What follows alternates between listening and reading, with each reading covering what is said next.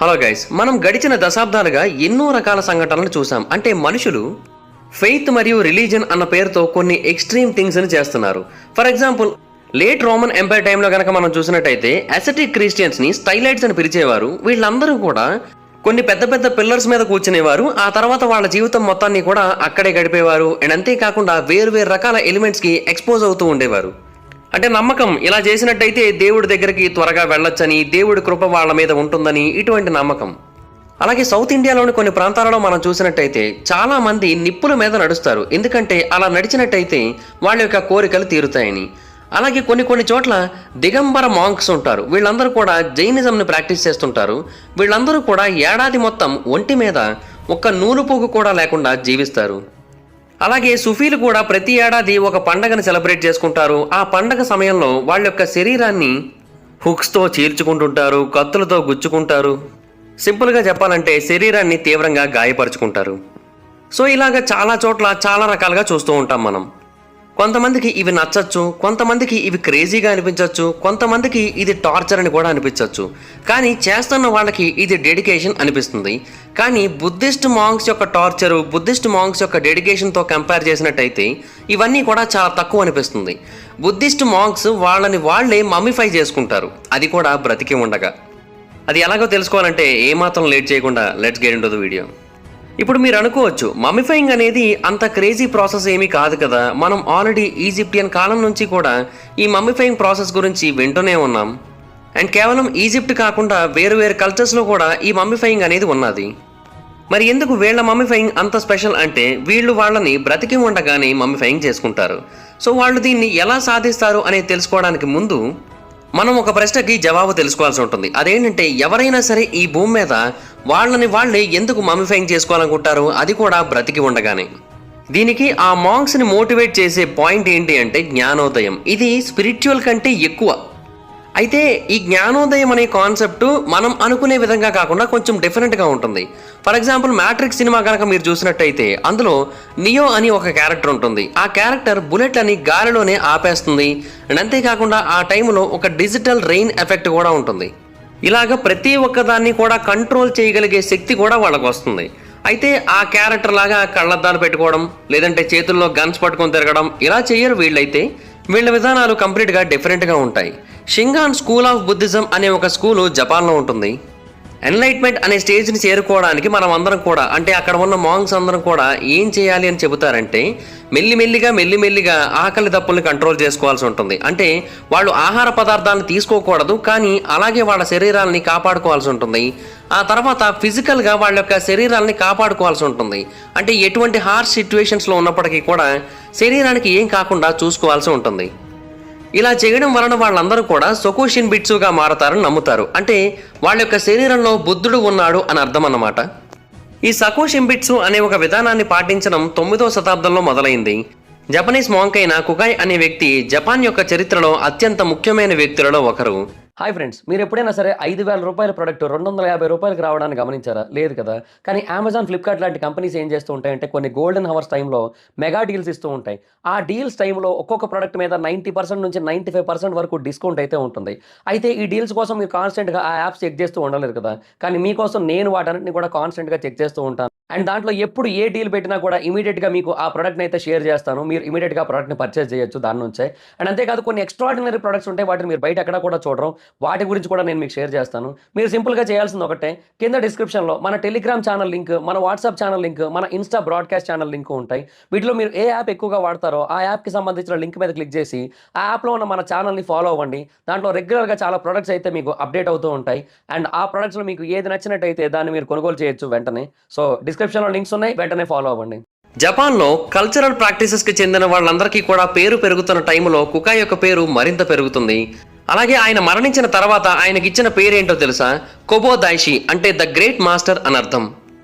అలాగే మన చుట్టుపక్కల ప్రాంతాలలో ఎవరైనా గొప్పవాళ్ళు చనిపోయినట్టయితే వాళ్ళ జీవితాన్ని ఒక పుస్తకం రూపంలో రాస్తారు. ఆ పుస్తకాన్ని వాళ్ళ యొక్క బయోగ్రఫీ అంటారు. అంటే వాళ్ళకి సంబంధించిన ఎన్నో విషయాలని ఆ పుస్తకంలో రాయడం జరుగుతుంది. కానీ ఇటువంటి బుద్ధిస్ట్ మాంక్స్, బుద్ధిస్ట్ లీడర్స్ చనిపోయినట్టయితే వాళ్ళ యొక్క కథని బయోగ్రఫీ అని పిలరు, హాజియోగ్రఫీ అని పిలుస్తారు. అయితే కుకాయ్ యొక్క హాజియోగ్రఫీ మనకేమని తెలియజేస్తుందంటే, ఆయన చనిపోలేదు అని చెబుతారు. అండ్ ఆయనంతటా ఆయనగానే చనిపోవడానికి ముందే సమాధిలోకి వెళ్ళి మెడిటేషన్ స్టేట్లోకి వెళ్ళిపోయారు.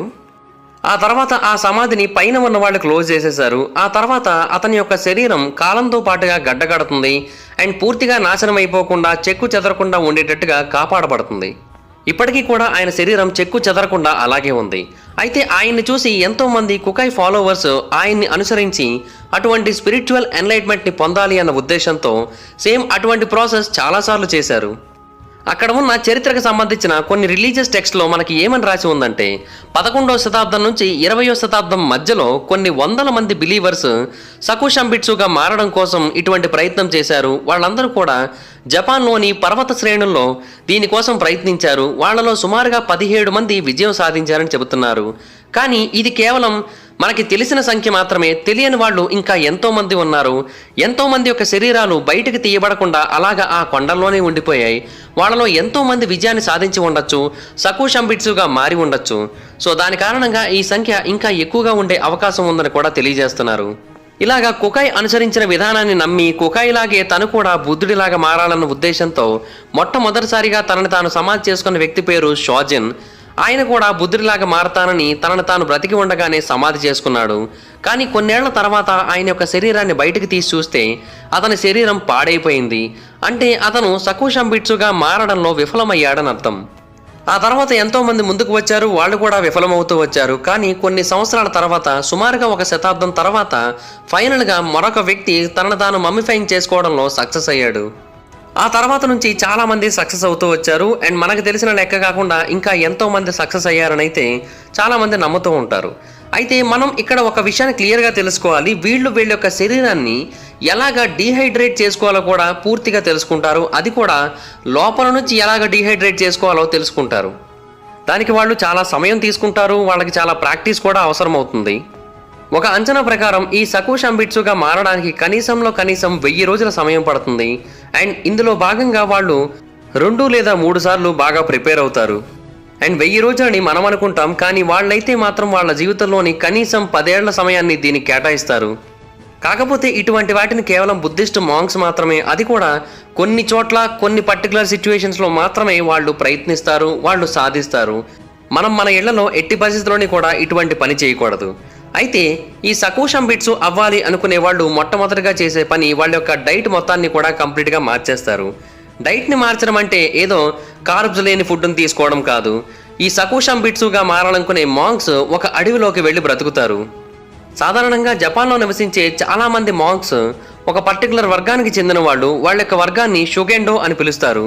వాళ్ళు ఎక్కువగా నార్థన్ జపాన్లోని దేవాసాన్సాన్ అనే ఒక మౌంటైన్ రేంజ్లో బ్రతుకుతారు. వాళ్ళకి అక్కడ ఒక కొండ ఉంటుంది. ఆ కొండ పేరు మౌంట్ ఉడోనో. ఇది వాళ్ళకి అత్యంత పవిత్రమైన కొండ. ఆ ప్రాంతంలోనే వాళ్ళ యొక్క మమ్మిఫికేషన్ని మొదలు పెడతారు. వాళ్ళు తినే ఆహారం మొత్తాన్ని అక్కడే వెతుక్కుంటారు, అక్కడే తింటారు. వాళ్ళు ఆ కొండల చుట్టూ దొరికే నట్స్ని, బడ్స్ని, ట్రీ రూట్స్ని, చెట్టు బార్క్ని, పైన్ నీడిల్స్ని వీటినే తిని బ్రతుకుతారు. ఇంకేమీ ఉండవు. ఆ అడవిలో అంతకు మించి ఇంకేమీ దొరకవు. ఆ దొరికిన దాన్ని బట్టే తింటారు. అయితే కొన్నిసార్లు వాళ్ళ యొక్క శరీరాన్ని పర్ఫెక్ట్గా ఉంచుకోవడం కోసం ఎక్సర్సైజులు కూడా చేస్తారు. అంటే నడవడం కావచ్చు, కొండలు ఎక్కడం కావచ్చు, ఇటువంటివి చేస్తూ ఉంటారు. అయితే ఇలా చేస్తూ ఉన్న టైంలో వాళ్ళ యొక్క శరీరాన్ని బాగా ప్రిపేర్ చేసుకోవడం కోసం, అలాగే వాళ్ళకి ఆకలి దప్పులు వంటి వేయకుండా ఉండడం కోసం, కావాల్సిన ఎనర్జీ మొత్తాన్ని కూడా సంపాదించుకోవడం కోసం వాళ్ళు మధ్యలో ఒక వింతైన పనిని చేస్తారు. అదేంటో తెలుసా? చిన్న చిన్న రాళ్లని మింగడం. చాలామంది సకుషంబిట్సు శరీరాల మీద చేసిన ఎక్స్రే టెస్ట్లో ఏం తెలిసిందంటే వీళ్ళ యొక్క కడుపులో చాలా చోట్ల రివర్ స్టోన్స్ కనిపిస్తున్నాయి. సో అప్పటి వాళ్ళందరూ కూడా అలాగా రాళ్లను మింగేవారని వాళ్ళు అర్థం చేసుకున్నారు.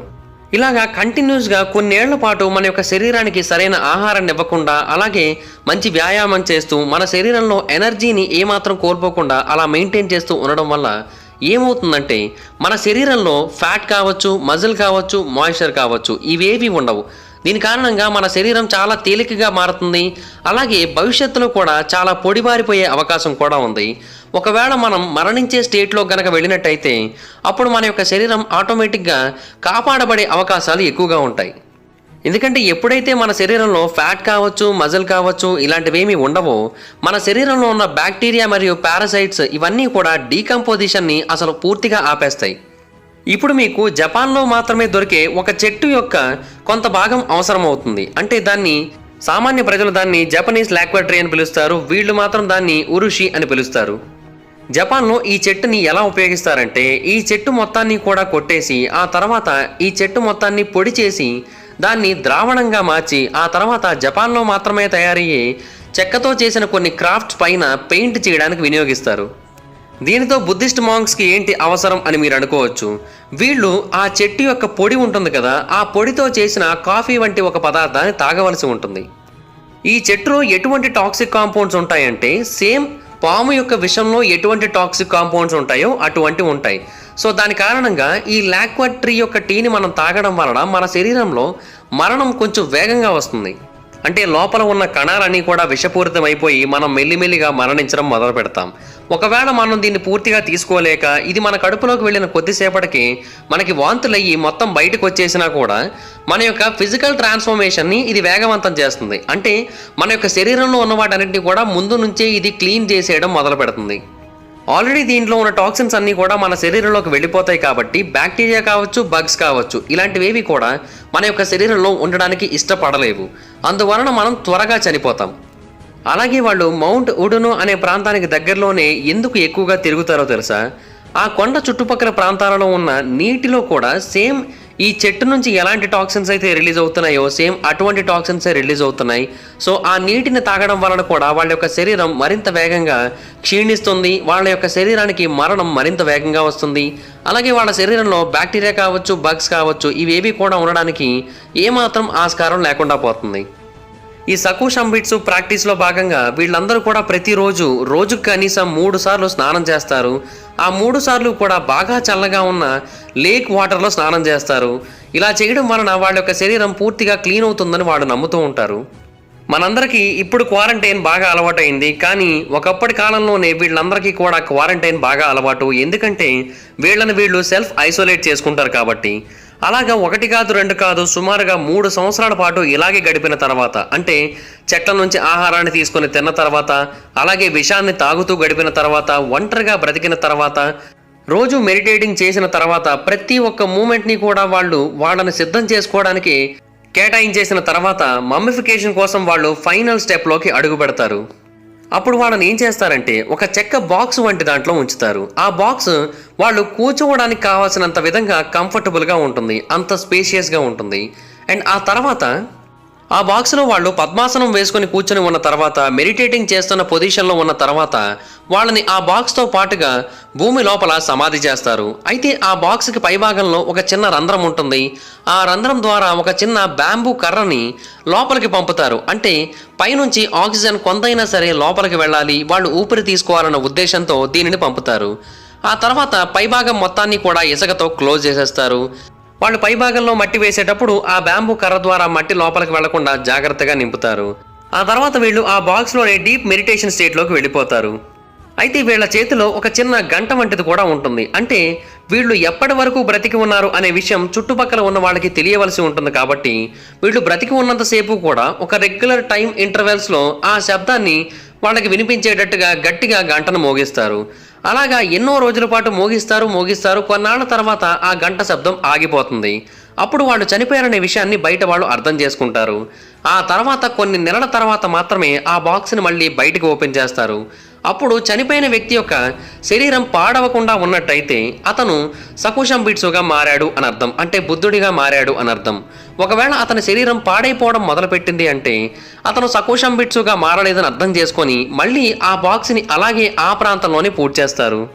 ఆ తర్వాత వాళ్ళకి మరణించిన వాళ్ళకి చేయాల్సిన అన్ని రకాల కార్యక్రమాలు కూడా చేస్తారు. కానీ ఒకవేళ అతను గనక పర్ఫెక్ట్ స్టేజ్లో, అంటే చనిపోయి కొన్ని నెలలవుతున్నా ఏళ్ళవుతున్నప్పటికీ కూడా అతని శరీరం పాడవకుండా గనక ఉన్నట్టయితే అతను బుద్ధుడిగా మారిపోయినట్టు అర్థం. అప్పుడు అతని యొక్క శరీరాన్ని ఆ బాక్స్ నుంచి బయటికి తీసుకొని వచ్చి దగ్గరలోని ఒక ఆలయంలో ప్రతిష్ఠిస్తారు. ప్రస్తుతం సుమారుగా 16కు పైగా సకుషంబిట్సు ఆలయాలు జపాన్లోని వేరువేరు ప్రాంతాలలో ఉన్నాయి. ఇవన్నీ కూడా చాలా అంటే చాలా అద్భుతమైన ప్రాంతాల్లో ఉన్నాయి. అండ్ ఇప్పటి వరకు జపాన్లో ఉన్న అత్యంత పురాతనమైన మరియు అద్భుతంగా కాపాడబడుతున్న సకుషంబిట్సు యొక్క పేరు షిన్ యోకాయ్. ఇతను పర్మనెంట్ మెడిటేషన్ స్టేట్లోకి 1783వ సంవత్సరంలో వెళ్ళాడు. అప్పటికి అతని యొక్క వయసు 96 సంవత్సరాలు. ఇలాగ ఎంతో మంది ఆ జపాన్ ప్రాంతంలో ఉన్నారు. ఈయన చనిపోయి ఎన్నో ఏళ్ళు అవుతున్నప్పటికీ కూడా ఇప్పటికీ ఆయన శరీరం చెక్కు చెదరకుండా అలాగే ఉండడం అనేది చాలా గొప్ప విషయం. కాకపోతే సకుషంబిట్సుగా మారిన వాళ్ళకి మాత్రమే కాదు, మారని వాళ్ళకి కూడా చాలా గొప్ప రెస్పెక్ట్ ఉంటుంది. వాళ్ళు కూడా చాలా వరకు ప్రయత్నించారు, ఎంతో గొప్పగా ప్రయత్నించి ఓడిపోయారు అన్న ఆలోచనే ఉంటుంది తప్ప విఫలమయ్యారు అన్న ఆలోచన ఎవరిలోని ఉండదు. ఎందుకంటే ఎన్నో ఏళ్ల తరబడి చాలా తక్కువ తిండి తింటూ వాళ్ళ శరీరం మొత్తాన్ని కూడా పూర్తిగా ఎండబెట్టుకొని ఈ పొజిషన్లోకి వచ్చారు. కానీ ఇక్కడ మాత్రం వాళ్ళు విఫలమయ్యారు. అంత మాత్రాన వాళ్ళు మొత్తంగా విఫలమైనట్టు కాదు. వాళ్ళు చాలా గొప్పవాళ్ళే అని చెప్పుకుంటారు. కాకపోతే వాళ్ళని సకుషంబిట్సుగా గుర్తించరు, వాళ్ళని ఆలయంలో పెట్టి పూజించరు. అయితే ఈ సకుషంబిట్సు విధానాన్ని అనుసరించడం 1800 సంవత్సరాల యొక్క చివరలో జపాన్లో బ్యాన్ చేశారు. సో అందువలన ఎవరైతే ఒక వ్యక్తి చివరగా ఈ సకుషంబిట్సుని ప్రాక్టీస్ చేశారో ఆ వ్యక్తి దాన్ని ఇల్లీగల్గా చేశారని అనుకోవాలి. ఎందుకంటే ఆ మాంక్ పేరు బుకాయ్. అతను 1903వ సంవత్సరంలో చనిపోయాడు. కాకపోతే చట్టాలు మారిపోవడం వలన అతని శరీరాన్ని ఎవరు కూడా బయటికి తీయలేదు. అతను సకుషంబిట్సుగా మారాడో లేదో ఎవరూ తెలుసుకోలేదు. సుమారుగా 50 సంవత్సరాల పాటు అతని శరీరం అక్కడే ఉండిపోయింది. కానీ 1960లలో కొంతమంది రీసెర్చర్ల బృందం అతని యొక్క శరీరాన్ని తవ్వి బాక్స్ని ఓపెన్ చేసి బయటకు తీసి చూశారు. ఆశ్చర్యకరమైన విషయం ఏంటి అంటే అతని యొక్క శరీరం చాలా అంటే చాలా అద్భుతమైన కండిషన్లో ఉంది. ప్రస్తుతం అతని యొక్క శరీరాన్ని బుగాయ్ అనే ఒక ప్రాంతంలో ఉంచారు. ఇది జపాన్లోని గాసా ప్రిఫెక్చర్లో ఉంటుంది. ఈ సకుషంబిట్సు అనేది మిగతా రిలీజియస్ ప్రాక్టీసెస్తో కంపేర్ చేసినట్టయితే చాలా డిఫరెంట్గా ఉంటుంది. ఫర్ ఎగ్జాంపుల్ ప్రాయోప్రవేశ అనే ఒక హిందువుల ఆచారం కూడా ఉంది. ఈ ఆచారంలో భాగంగా ఎవరైతే జీవితం మీద ఎటువంటి కోరికలు ఉండవో, అలాగే జీవితంలో ఎటువంటి ఆశయాలు ఉండవో, లేదంటే ఎటువంటి బంధాలను కానీ బాధ్యతలను కానీ స్వీకరించాలని అనుకోరో వాళ్ళందరూ కూడా కంటిన్యూస్గా ఉపవాసం ఉంటూ ఆత్మహత్య చేసుకుంటారు. కాకపోతే ఈ సకుషంబిట్సు అనేది ఆత్మహత్య అయితే కాదు, ఇది ఎటర్నల్ ఎన్లైట్మెంట్ అని చెబుతూ ఉంటారు. కానీ ఇది కూడా ఒక రకంగా ఆత్మహత్య వంటిదే అని చాలామంది అభిప్రాయపడుతూ ఉంటారు. అయితే కేవలం జపాన్లో మాత్రమే కాదు, చాలా చోట్ల ఇటువంటి ఆచరణ ఉంది. ఇండియా యొక్క నార్త్ భాగంలో హిమాలయన్ పర్వతాలలో కూడా ఇటువంటి ఆచారాలు ఉన్నాయి. సుమారుగా 550 సంవత్సరాల క్రితం తనని తానే మమ్మిఫైయింగ్ చేసుకున్న ఒక మాంక్ యొక్క మమ్మీ ఇప్పటికీ ఆ ప్రాంతంలో ఉంది. ఆ బుద్ధిస్ట్ మాంక్ పేరు సంగా తెంజిన్. అలాగే థాయిలాండ్లోని కో సుమాయ్ అనే ఒక ద్వీపం ఉంది. ఈ ప్రాంతంలో మీరు గనక scuba diving, magic mushroom milk shakes ఇటువంటివి కాకుండా ఏదైనా వింతైన దాన్ని చూడాలి అనుకుంటే మీకు ఆ ప్రాంతంలో వాట్ కునరామ్ అనే ఒక దేవాలయం ఉంటుంది. ఆ వాట్ కునరామ్ దేవాలయంలోకి మీరు వెళ్ళినట్టయితే అక్కడ ఒక థాయ్ బుద్ధిస్ట్ మాంక్ యొక్క మమ్మీ కూడా మీకు కనిపిస్తుంది. అతని పేరు లుయాంగ్ ఫో డియాంగ్. ఇతను కూడా చనిపోయి ఎన్నో వందల సంవత్సరాలు అవుతున్నప్పటికీ ఇప్పటికీ అతని యొక్క శరీరం చెక్కు చెదరకుండా అలాగే ఉంది. కానీ ఏది ఏమైనప్పటికీ కూడా ఒక్కొక్కరు చాలా అంటే చాలా కష్టపడి ఈ సకుషంబిట్సులుగా మారుతూ ఉంటారు. కొంతమంది దీన్ని నిజమని నమ్ముతూ ఉంటారు, కొంతమంది దీన్ని అబద్ధం అంటూ ఉంటారు. ఇది నిజమా అబద్ధమా అనేది పక్కన పెట్టినట్టయితే వాళ్ళకి వాళ్ళ యొక్క ఆలోచనల మీద, వాళ్ళ యొక్క నమ్మకాల మీద ఎంత పీక్స్ లెవెల్లో డెడికేషన్ ఉంటే ఈ సకుషంబిట్సులుగా మారతారు అనేది మనం ఆలోచించాల్సి ఉంటుంది. అన్నేళ్ల పాటు తిండి లేకుండా, అన్నేళ్ల పాటు శరీరం మొత్తాన్ని కూడా ఎండిపోయేటట్టుగా మార్చుకొని చివరికి ఒక బాక్స్లోకి వెళ్ళి సమాధి చేస్తూ ఆ తర్వాత చనిపోయాక ఎన్నో ఏళ్ల పాటు ఆ బాక్స్లోనే ఉండి ఫైనల్గా వాళ్ళ యొక్క శరీరం పాడైందా లేదా అని బయట వాళ్ళు వచ్చి చూసి అతని శరీరం పాడవకుండా ఉన్నట్టయితే అతను సకుషంబిట్సుగా మారినట్టుగా తెలియజేస్తారు. ఇదంతా కూడా చాలా అంటే చాలా కఠినమైన ప్రాసెస్. బట్ ఈ ప్రాసెస్ మొత్తాన్ని కూడా ఎంతో ఇష్టంగా, ఎంతో డెడికేషన్తో చేస్తారు. సో అందుకనే వాళ్ళందరి విధానాన్ని కూడా ఈ ప్రపంచంలోని ఎంతో మంది కొనియాడుతూ ఉంటారు. Thank you for watching guys. ఇది ఈ వీడియో మీకు నచ్చినట్టయితే డెఫినెట్గా లైక్ చేయండి, అలాగే ఈ వీడియోని షేర్ చేయండి. ఇప్పటివరకు ఎవరైనా మన ఛానల్ని సబ్స్క్రైబ్ చేసుకోకపోతే ఇప్పుడే సబ్స్క్రైబ్ చేసుకోండి, పక్కనే ఉన్న బెల్ ఐకాన్ క్లిక్ చేసి ఆల్లో పెట్టుకోండి. Thank you guys. ఒకవేళ మీరు నన్ను డైరెక్ట్గా ఫాలో అవ్వాలనుకుంటే నా ఇన్స్టాగ్రామ్ ఐడి యొక్క లింక్ కింద డిస్క్రిప్షన్లో ఉంటుంది. దాని మీద క్లిక్ చేసి మీరు నన్ను ఫాలో అవ్వచ్చు. అలాగే మీరు ఏదైనా ఒక టాపిక్ గురించి నన్ను వీడియో చేయమని అడగాలనుకున్నా కూడా నన్ను అక్కడ ఫాలో అయ్యి నాకు మెసేజ్ చేయొచ్చు. నేను దాని గురించి వీడియో చేయడానికి ట్రై చేస్తాను. Thank you, bye bye. Hi friends, మీరు ఎప్పుడైనా సరే 5,000 రూపాయల ప్రోడక్ట్ 250 రూపాయలకి రావడానికి గమనించారా? లేదు కదా. కానీ అమెజాన్, ఫ్లిప్కార్ట్ లాంటి కంపెనీస్ ఏం చేస్తూ ఉంటాయంటే కొన్ని గోల్డెన్ హవర్స్ టైంలో మెగా డీల్స్ ఇస్తూ ఉంటాయి. ఆ డీల్స్ టైంలో ఒక్కొక్క ప్రోడక్ట్ మీద 90% నుంచి 95% వరకు డిస్కౌంట్ అయితే ఉంటుంది. అయితే ఈ డీల్స్ కోసం మీరు కాన్స్టెంట్గా ఆ యాప్స్ చెక్ చేస్తూ ఉండలేరు కదా. కానీ మీకోసం నేను వాటన్నిటిని కూడా కాన్స్టెంట్గా చెక్ చేస్తూ ఉంటాను. అండ్ దాంట్లో ఎప్పుడు ఏ డీల్ పెట్టినా కూడా ఇమీడియట్గా మీకు ఆ ప్రోడక్ట్ని అయితే షేర్ చేస్తాను. మీరు ఇమీడియట్గా ప్రోడక్ట్ని పర్చేస్ చేయొచ్చు దాని నుంచే. అండ్ అంతేకాదు కొన్ని ఎక్స్ట్రాడినరీ ప్రొడక్ట్స్ ఉంటాయి, వాటిని మీరు బయట ఎక్కడ కూడా చూడరు. వాటి గురించి కూడా నేను మీకు షేర్ చేస్తాను. మీరు సింపుల్గా చేయాల్సింది ఒకటే, కింద డిస్క్రిప్షన్లో మన టెలిగ్రామ్ ఛానల్ లింక్, మన వాట్సాప్ ఛానల్ లింక్, మన ఇన్స్టా బ్రాడ్కాస్ట్ ఛానల్ లింక్ ఉంటాయి. వీటిలో మీరు ఏ యాప్ ఎక్కువగా వాడతారో ఆ యాప్కి సంబంధించిన లింక్ మీద క్లిక్ చేసి ఆ యాప్లో ఉన్న మన ఛానల్ని ఫాలో అవ్వండి. దాంట్లో రెగ్యులర్గా చాలా ప్రొడక్ట్స్ అయితే మీకు అప్డేట్ అవుతూ ఉంటాయి. అండ్ ఆ ప్రొడక్ట్స్లో మీకు ఏది నచ్చినట్టయితే దాన్ని మీరు కొనుగోలు చేయొచ్చు వెంటనే. సో డిస్క్రిప్షన్లో లింక్స్ ఉన్నాయి, వెంటనే ఫాలో అవ్వండి.